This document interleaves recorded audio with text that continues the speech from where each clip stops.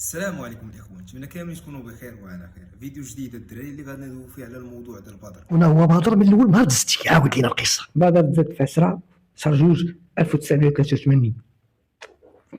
انا ولد بوربون ولد الدار البيضاء، ولكن لوريجين ديال الوالد صويره. بدر ضابط طيران اولا كما كنعرفوا كاملين بيلوت اللي تتمناه اي وحده.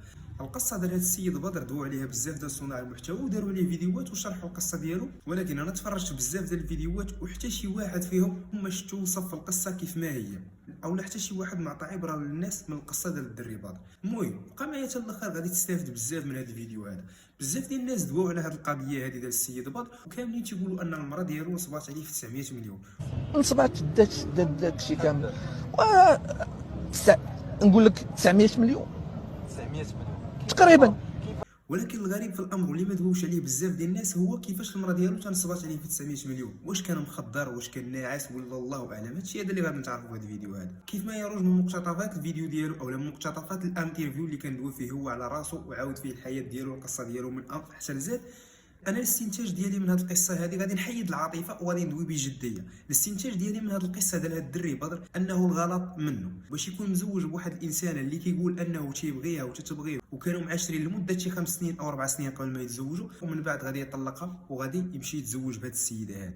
المهم هذه تتبقى واحده من التساؤلات ديالي، علاش طلق المراه الاولى وتزوج بالمراه الثانيه. التساؤل الثاني، واش فعلا ان بدر كان خدام في احدى الشركات الخطوط الجويه المغربيه؟ الى حد الساعه القصه ديالو طالع اكسبلور، وحد الان مازال ما دواش عليه شي واحد او شي مسؤول. مني غادي نرجع وغادي ندقق في التساؤل الاول اللي طرحته عليكم، هو كيفاش بدر تسمح في المره الاولى وتزوج بالثاني.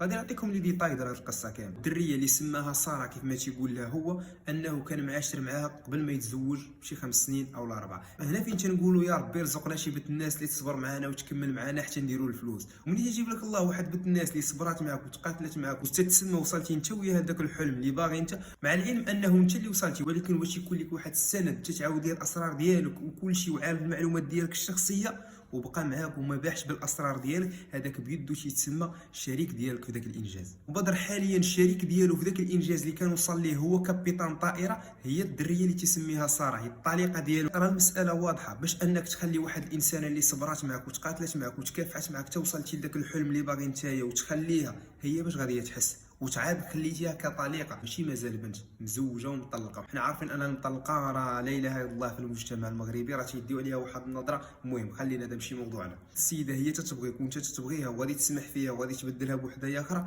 اش تتسنى من هذيك الانسانه اللي جايه وداخله غير على الطمع وانت واصل لذاك الحلم؟ انت عارفينك ان عندك الفلوس وجاتك واحد وحده وجاتك واحد انسانه قاصداك على اساس الفلوس، اش تتسنى منها؟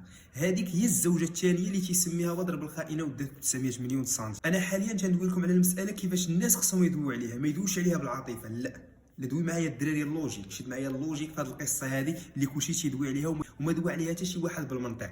الفيو في بدر ماشي في ديك الانسانه اللي صبات عليه في 900 مليون سنتيم، هذيك اصلا جات وانت واصل، انت عندك الفلوس دخلت عليك انت بفلوس كاش تستنى منها، غادا دير ديك الفلوس وغادي ما غاديش ننسى. غادي نشكر اي بنت الناس اللي فريمون هما بنات الناس بحال هاد الدريه هذه اللي هي ساره الزوجه ديالو او الطليقه ديالو الاولى، شافت الفيديوهات ديالو اللي راجو وهو في هذه الحاله هذه ومتشرد وتاثرات وبقى فيها الحال وجات شي وحده اخرى على داك الشيء اللي دار فيها وانها الطليقه ديالو. ما تجيش تسول فيه، هي جات سولت فيه وشرات له تليفون، شرات له تليفون باش انه يقدر يوصل الصوت ديالو للناس والناس يتواصلوا معاه. هذا شنو؟ شكون اللي شرا عليا؟ شراتو ليا ساره الطليقه ديالي الاولى. غادي نأيدوا بنات الناس من هذا المنبر هذا، وتحياتي لبنات الناس، والله يرزقنا حتى حنايا بشي بنت الناس. بالنسبه للناس اللي تيسولوا على بدر واش مازال الوالدين ديالو واش بوحدو، راه كيف ما تيقول هو راه عنده الاخت ديالو وهي الاخت ديالو من يفرقوا الورث. المهم عندهم خلاف في الارث باش انه توفات الام ديالو بالسرطان والاب ديالو حتى هو توفى، غادي يفرقوا الورث بيناتهم. واحد الاخت ديالو ما تيبغيش يدوي عليها كيف ما تيقول هو. ما كنبغيش نجاوب على هذا السؤال، ولكن غنجاوبك. كاينه واحد السيده كيقول لها اختي الله يسمح لها، وهذيك اختي راه ما عقلاتش عليا. والتساؤل الثاني اللي طرحت عليكم انه لحد الساعه مازال ما خرج حتى شي واحد من احدى الشركات الخطوط الجويه اللي كان خدام فيها بدر ووضح المساله. غادي نقول لكم هنا تيبقى غموض في هذه المساله هذه، باش انه لحد الان مازال ما دوا حتى شي واحد وهو دوا بديك الطريقه انهم كانت تصاب واحد الاصابه على مستوى العمود الفقري ديالو، ومن يطلب واحد البوست اللي يبقى خدام غير جالس ما قبلوش ليه وتما غادي يقدم الاستقاله ديالو. تنظن انه خص احدى اعضاء الشركه اللي كان خدام فيها بدر انه يخرج ويوضح المساله، وعلى الاقل يشوفوا له شي بوست تما في انه يقدر يرجع للحياه ديالو الطبيعيه، مع العلم انه مريض انه الحاله ديالو تتبان شويه مشيتها لهيه. الله يكون به، الله يكون به.